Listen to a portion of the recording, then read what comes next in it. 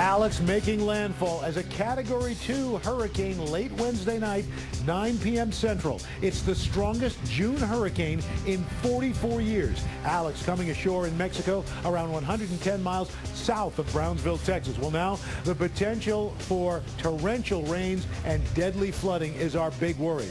Here's a live look at the Texas Gulf Coast this morning. Stephanie Abrams and Mike Bettis join us with live team coverage along with Dr. Greg Forbes. It's all ahead right now on a special edition of Wake Up with Al. It's Wake Up with Al Roker and Stephanie Abrams. Everything you need to start your day right. And good morning, everybody. It's a July 1st, Thursday morning. Welcome to a special 2-hour edition of Wake Up with Al. I'm Al Roker, live in New York. Stephanie Abrams is live in South Padre Island, Texas, tracking Alex. Steph, good morning. Good morning to you, Al. And here, the beaches are still closed as they're essentially littered with, all sorts of debris, but mainly seaweed. But, Al, they're trying to urge people to get back here for the 4th of July as they're going to clean this stuff up quick, as so many people have canceled their reservations because of Alex.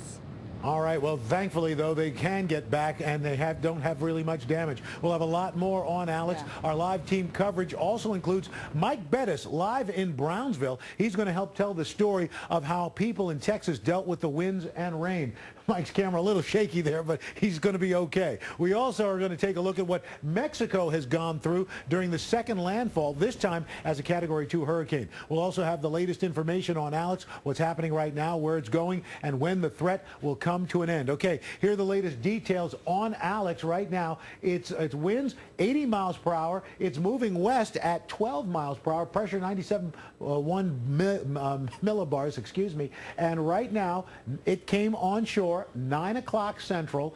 Category 2, winds 105 miles per hour. As we said, strongest June hurricane in 44 years, coming on with a 947 millibar pressure. So a very, very strong storm. Let's get the latest now. Let's go ahead down to South Padre Island, Texas. Stephanie Abrams is there. Stephanie, how was it last night riding out Alex?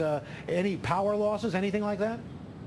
You know, the power kind of flickered on and off. There were some sporadic power outages. There were some roads north of town that were completely impassable because of all the rain, 4 to 6 inches. Some spots, an estimated 10 inches of rain due to the Doppler radar. By the way, the Queen Isabella Causeway is still closed. The maximum sustained wind, or the gust there, 66 miles per hour.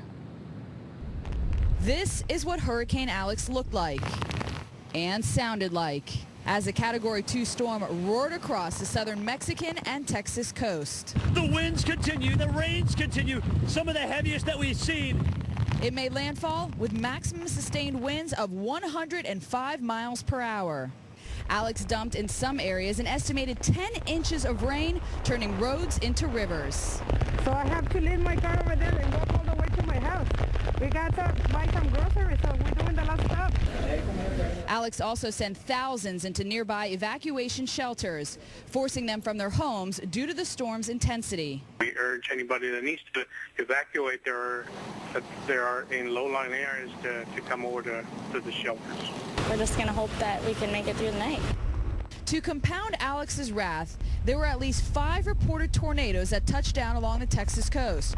Fortunately, only minor damage was reported. Kind of touched down right there on the chicken coop, and it picked up water, and I yelled at my husband. I said, "We're getting hit by the tornado," and he said, "Ah, you crazy woman." And although Texas was spared a direct hit, Alex's impact will last for days.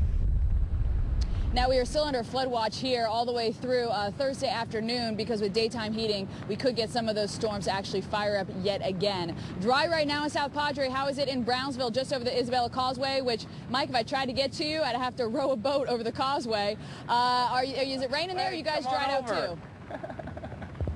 No, we still got a little bit of rain here this morning in Brownsville. We actually had a pretty heavy squall that came through about 15 minutes or so ago, but I think we're going to come out of this in pretty good shape here in Brownsville. As you can see, we've still got electricity. Street lights are working here. We've got a few palm fronds that are down in the street, but I think Brownsville really escaping most of the significant damage from this. We're actually right at the border, so we're exactly 110 miles from where it made landfall is Soto La Marina, Mexico. But big-time rain is what we saw yesterday here in Brownsville. It caused some minor flooding flooding on some of the streets out there. And not a real big issue for us, even though we set our June all-time daily rainfall record at 5.86 inches of rain. Highest wind gust that we saw yesterday in Brownsville was around 48 miles per hour. So just tropical storm conditions is what we saw yesterday here in Brownsville. But everything, I think, today will be business as usual.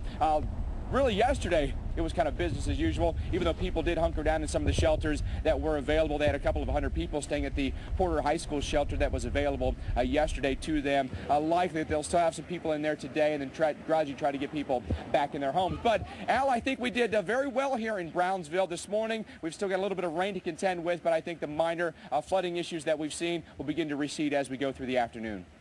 All right, thanks a lot, Mike. And again, we had the mayor. You had the mayor there yesterday. They were prepared, and obviously those preparations paid off. Thanks a lot, Mike. We'll check in with you a little bit later on. Isolated tornado threat, the big problem right now in southern Texas, San Antonio, Brownsville, Corpus Christi, Galveston. Anytime you have a very intense pressure system coming on shore like that, you have to worry about tornadoes. As we